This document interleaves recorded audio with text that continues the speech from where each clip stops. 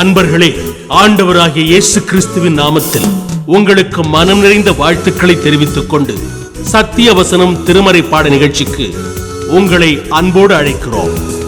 சத்திய வசனம், இது தேவனின் வசனம். நாம் சோர்ந்து போகையில் கரம் கொடுக்கும் நம் தேவனின் வசனம், நம் தேவனின் வசனம். லூக்கா எழுதின சுவிசேஷம் 24 அதிகாரம் 49. என் பிதா வாக்குத்தத்தம் பண்ணினதை இதோ நான் உங்களுக்கு அனுப்புகிறேன். நீங்களோ உன்னதத்திலிருந்து வரும் பலனால் தரிப்பிக்கப்படும் வரைக்கும் எருசலேம் நகரத்தில் இருங்கள் என்றார். 50. பின்பு அவர் பெத்தானியா வரைக்கும் அவர்களை அழைத்து கொண்டு போய் தம்முடைய கைகளை உயர்த்தி அவர்களை ஆசீர்வதித்தார். 51. அவர்களை ஆசீர்வதிக்கையில் அவர்களை விட்டு பிரிந்து பரலோகத்துக்கு எடுத்துக்கொள்ளப்பட்டார். 52. அவர்கள் அவரை பணிந்து கொண்டு மிகுந்த சந்தோஷத்தோடே எருசலேமுக்கு திரும்பி வந்து 53. நாடோறும் தேவாலயத்திலே தேவனை புகழ்ந்து துதித்துக் கொண்டிருந்தார்கள். ஆமென்.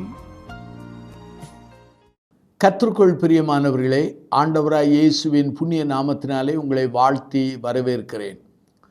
இந்த சத்தியவசன நிகழ்ச்சியை காண்கின்ற உங்கள் ஒவ்வொருவரையும் ஆண்டவர் ஆசீர்வதிப்பாராக. இந்த நிகழ்ச்சிக்காக ஜெபியுங்கள். பலரை இந்த நிகழ்ச்சியை காணும்படி நீங்கள் அறிமுகப்படுத்த வேண்டுகிறோம். உங்களுடைய பிரார்த்தனைகளுக்காக நாங்கள் ஜெபிக்கிறோம். நாங்களும் உங்களுக்காக ஜெபிக்கிறோம். நீங்களும் எங்களுக்காக ஜெபிக்க வேண்டுகிறோம். பரமேறுதலை குறித்து நாம் கற்றுக்கொள்ளப் போகிறோம். ஆகவே திருமறையிலே கிறிஸ்துவின் பரமேறுதலை குறித்து பல திருமறை பகுதியிலே அங்கே வசனத்திலே பதிவு செய்யப்பட்டிருக்கிறது. கிறிஸ்துவின் பிறப்பு எவ்வளவு முக்கியமோ, கிறிஸ்துவின் பாடுகள் எவ்வளவு முக்கியமோ, கிறிஸ்துவின் அற்புதங்கள் எவ்வளவு முக்கியமோ, கிறிஸ்துவின் உயிர்த்தெழுதல் எவ்வளவு முக்கியமோ, கிறிஸ்துவினுடைய 2ஆம் வருகை எவ்வளவு முக்கியமோ, அதே போல பரமேறுகிற அந்த நிகழ்வு முக்கியமானது. ஒரு வேத பண்டிதர் எழுதும்போது இப்படி எழுதுகிறார்: பரமேறுகிற அந்த சம்பவமானது ஆண்டவராய் இயேசுவானவர் செய்த அநேக அற்புதங்களிலே மிக சிறந்த உன்னதமான அற்புதங்களில் ஒன்று என்று எழுதுகிறார். லூக்கா நற்செய்தி நூல் 24ஆம் அதிகாரம் 48 51 வாக்கியங்களை நீங்கள் வாசித்து பாருங்கள். அதிலே 51 வாசிக்கிறேன். அவர்களை ஆசீர்வதிக்கையில் அவர்களை விட்டு பிரிந்து அவர் பரலோகத்திற்கு எடுத்து கொள்ளப்பட்டார். ஆகவே நம்முடைய ஆண்டவராய் இயேசுவானவர் தான் பரமேறுவதற்கு முன்பாக சீடர்களை ஆசீர்வதித்து கொண்டிருக்கும் போதே அவர் எடுத்து கொள்ளப்பட்டார் என்று சொல்லப்பட்டிருக்கிறது. அருமையானுள்ளே, யோனா மீன் வயிற்றிலே அவன் எவ்வளவு தூரம் இருந்தான் என்பதை நம்முடைய வாழ்க்கையிலே அற்புதமாக எண்ணுகிறோம்.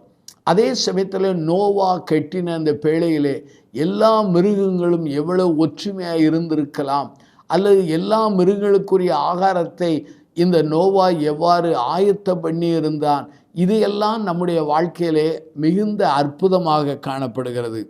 அதே போல தான் இந்த உலகத்திலே நம்முடைய ஆண்டவருடைய பரமேறுதல் மிக முக்கியமானது. பரமேறுதல் மூலமாக ஆண்டவருடைய திருப்பணி நின்று விடவில்லை, தொடர்கிறது என்பதை நாம் புரிந்து கொண்டோம். பரமேறுதலின் வழியாக ஆண்டவர் தன்னுடைய பரிசுத்த ஆவியின் வல்லமையை இந்த உலகத்துக்கு தருவதாக வாக்குறுத்ததை நாம் சுட்டி காண்பித்தேன். பரமேறுதலின் மூலமாக அவர் நமக்கு மத்தியஸ்தராக, அவர் ஆசாரியனாக இருக்கிறதை குறித்து நாம் அறிந்து கொண்டோம். பரமேறுதலின் மூலமாக நம்முடைய ஆண்டவர் ராஜாவாக, நியாயாதிபதியாக வருகிறார் என்பதையும் திருமுறையிலே அறிந்து கொண்டோம். இந்த நாளினுடைய செய்தி என்ன? பரமேறுதலினால் வருகிற ஆசீர்வாதங்கள். முதலாவது, இந்த பரமேறுதல் வருகிற ஆசீர்வாதம் என்ன? பவர் ஆஃப் காட் அல்லது பவர் ஆஃப் கிரைஸ்ட் என்று சொல்லலாம். கிறிஸ்துவனுடைய வல்லமை அங்கு வெளிப்படுகிறது. எபேசியர் நிருபம் 1ஆம் அதிகாரம் 20 21 வாக்கியங்களை வாசித்து பாருங்கள். இந்த எபேசியர் நிருபத்தை நிருபங்களின் ராணி என்று சொல்வார்கள். திருமறையிலே உள்ள அந்த நிருபங்களிலே மிக ஆழமான கருத்துகள் நிறைந்த ஒரு நிருபமாகும். இதில் அப்போஸ்தலனாகிய பவுல் எழுதுகிறார், எல்லா துரைத்தனத்துக்கும் அதிகாரத்துக்கும் வல்லமைக்கும் கர்த்தத்துவக்கும் இம்மையில் மாத்திரமல்ல மறுமையிலும் பெற்றிருக்கும் எல்லா நாமத்துக்கு மேலாக அவர் உயர்ந்திருக்கத்தக்கதாக அவர் உன்னதத்திலே தம்முடைய வலதுபார்சத்தில் உட்காரும்படி செய்து எல்லாவற்றையும் அவருடைய பாதங்களுக்கு கீழ்ப்படுத்தினார். இந்த எபேசியர் 1ஆம் அதிகாரம் 20 23 வாக்கியங்களை நீங்கள் கவனமாய் வாசித்து பாருங்கள். இதில் அப்போஸ்தலனாகிய பவுல் எழுதுகிறார், ஆண்டவருடைய கிறிஸ்துவினுடைய கால்களுக்கு கீழாக அவருடைய பாதங்களுக்கு கீழாக எல்லாவற்றையும் கொண்டு வந்தார், கீழ்ப்படுத்தினார் என்று எழுதுகிறார். அவர் பரமேறுதலுடைய முதல் அங்கே ஆசீர்வாதம் என்ன? அதாவது கிறிஸ்துவின் வல்லமையாகும். கிறிஸ்துவின் வல்லமை என்றால் என்ன? எல்லா வல்லமைக்கும் மேலான ஒரு வல்லமை. அவர்தான் இந்த உலகத்தை ஆளுகிறவர், அவர்தான் இந்த உலகத்தை கட்டுப்படுத்துகிறவர். அவருக்கு கீழே தான் எல்லா ராஜ்யங்களும் இருக்கிறது, எல்லா அதிகாரங்களும் இருக்கிறது, எல்லா துரைத்தனங்களும் இருக்கிறது. அவரிடத்திலே அதிகாரங்கள் உண்டு, ஆளுகை உண்டு, வல்லமை உண்டு. அதே சமயத்தில் அவரிடத்திலே அத்தாரிட்டி என்று சொல்கிற அதிகாரங்கள் உண்டு. அவர் பரமேறும்போது சொன்னார், மேலே வானத்திலும் கீழே பூமியிலும் சகல அதிகாரம் எனக்கு கொடுக்கப்பட்டிருக்கிறது என்றார். இதைத்தான் எபேசியர் 1ஆம் அதிகாரம் 20 23 வாக்கியங்களிலே வாசிக்க முடிகிறது. அப்படியே அருமையான உள்ளே கிறிஸ்து பரமேறுதலினாலே நாம் பெற்றுக்கொண்ட ஆசீர்வாதம் என்ன?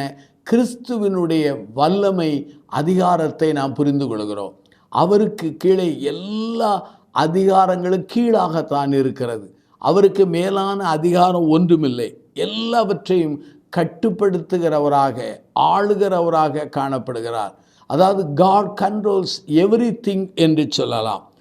ஆல்பர்ட் ஐன்ஸ்டீன் என்கிற ஒரு பெரிய விஞ்ஞானி, ஆனால் அந்த விஞ்ஞானிடத்தில் கேட்டார்கள் ஒரு முக்கியமான கேள்வி என்றார்கள். அதாவது இஸ் த யூனிவர்ஸ் ஃப்ரெண்ட்லி என்றார்கள்.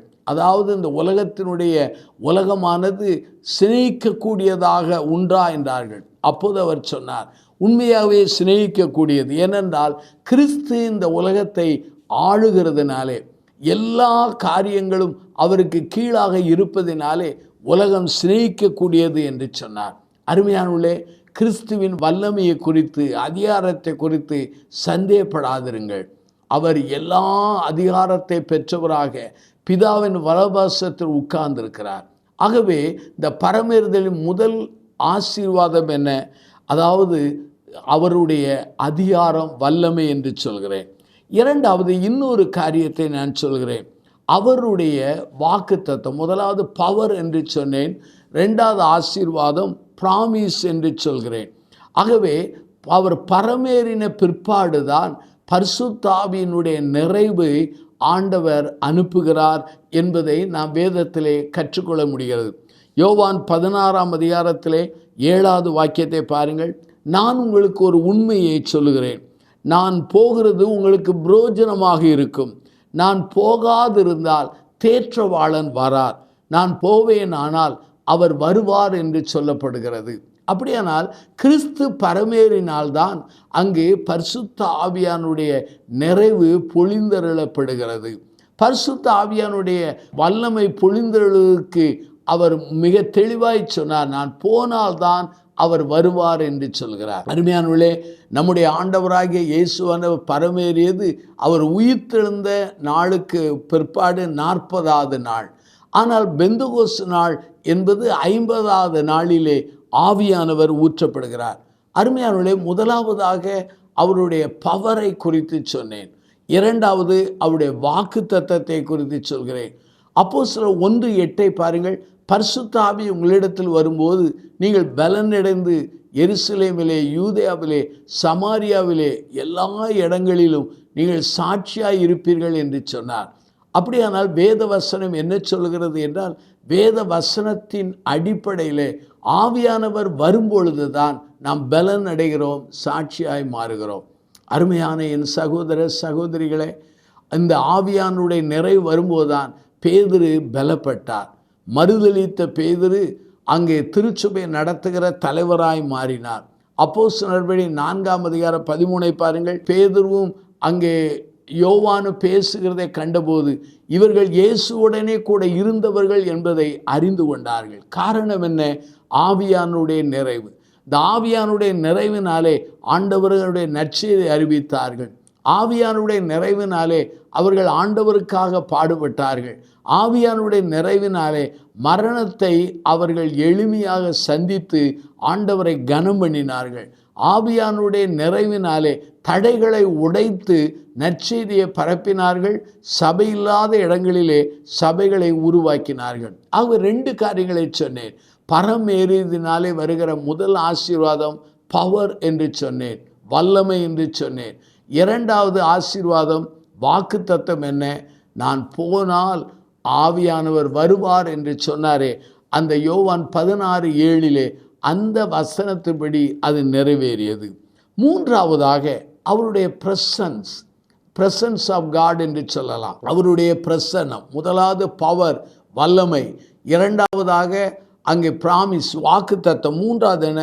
அவருடைய பிரசன்னம், அவருடைய பிரசன்ஸ் ஆஃப் கிரைஸ்ட் என்று சொல்லலாம்.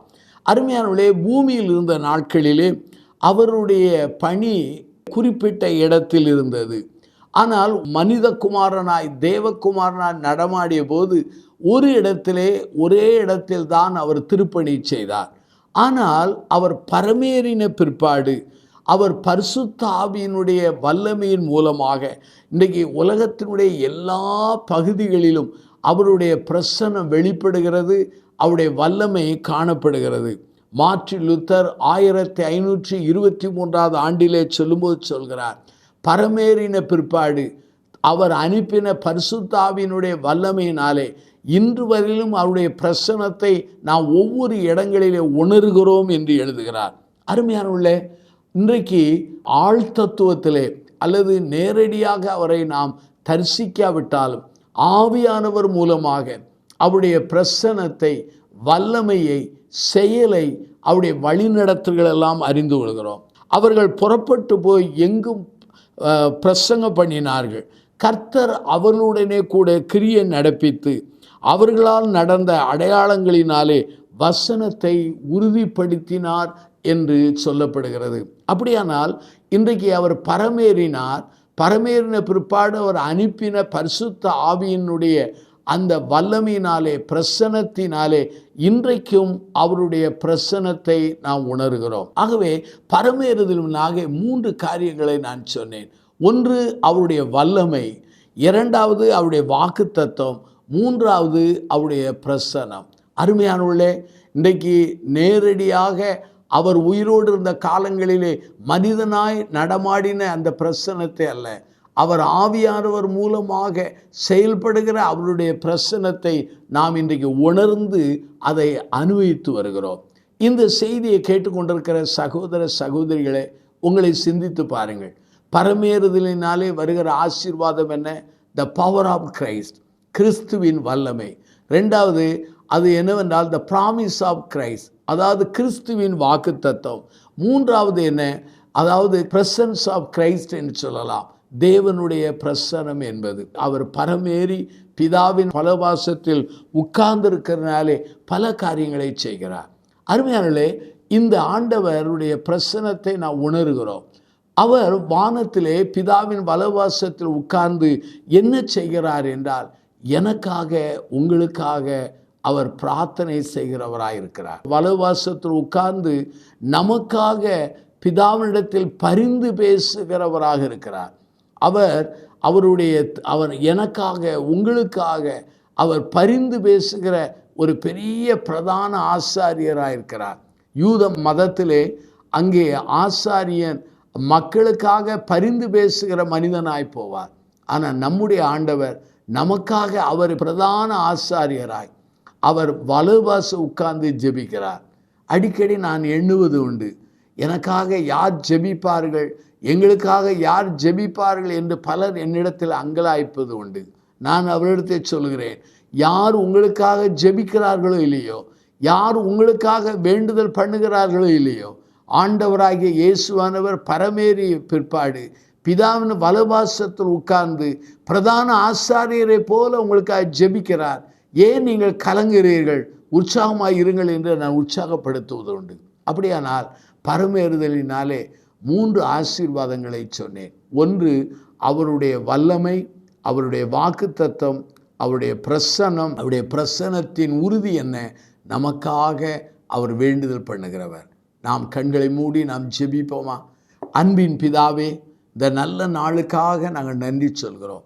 நீர் பரமேறி பிதாவின் வலபாசத்தில் உட்கார்ந்திருப்பதினாலே உமக்கு எல்லா அதிகாரமும் வல்லமையும் கொடுக்கப்பட்டிருக்கிறது என்பதை எபேசியர் 1:21 23 வாக்கியங்களை நாங்கள் வாசித்து அறிந்து கொண்டோம். எல்லா அதிகாரங்களும் துரைத்தனங்களும் உம்முடைய கால்களுக்கு கீழாக வைக்கப்பட்டிருக்கிறது. நீ பிதாவோடு உட்கார்ந்து எங்களையும் அவரோடு உட்கார வைக்கிற அந்த நிலையை வைத்திருக்கிறீர். அதற்காக நாங்கள் நன்றி சொல்கிறோம். உமக்கு இணையான வல்லமை, அதிகாரம் இந்த பூமியிலே ஒன்றுமில்லை. ஆண்டவரே, எல்லா ராஜ்யங்களுக்கு மேலாக, எல்லா துரைத்தனங்களுக்கு மேலாக, எல்லா அதிகாரங்களுக்கு மேலாக ஆண்டவரே உம்முடைய அதிகாரம் இருப்பதற்காக நாங்கள் நன்றி சொல்கிறோம். இரண்டாவதாக, நீர் பரமேறியதனாலே எங்களுக்கு வாக்கு கொடுத்தபடியே பரிசுத்தாவியை அருளுவேன் என்று சொன்னீர். அப்படியே நீ அருளி இருக்கிறீர். அதற்காக நன்றி சொல்கிறோம்.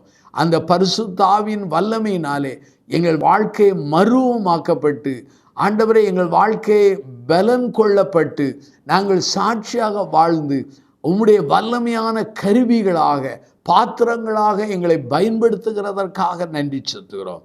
ஆண்டவரே, நீர் பரமேறியதினாலே உம்முடைய பிரசன்னத்தை ஆவியானவர் வழியாக எங்களுக்கு தந்து அதை உறுதிப்படுத்தினது மாத்திரமல்ல, எங்களுக்காக பிதாவின் வலபாசத்தில் உட்கார்ந்து பிரார்த்தனை செய்கிற பிரதான ஆசாரியராய் இருக்கிறதற்காக நன்றி சொல்கிறோம். இந்த செய்தியை கேட்டு அர்ப்பணித்த மக்களை ஆசீர்வதியும், தொடர்ந்து வழிநடத்தும். இயேசுவின் நாமத்தில் ஜெபிக்கிறோம் ஜீவனுள்ள பிதாவே. இந்த புத்தகம் பற்றிய விபரங்களுக்கு சத்திய வசனம் அலுவலகத்தை தொடர்பு கொள்ளவும்.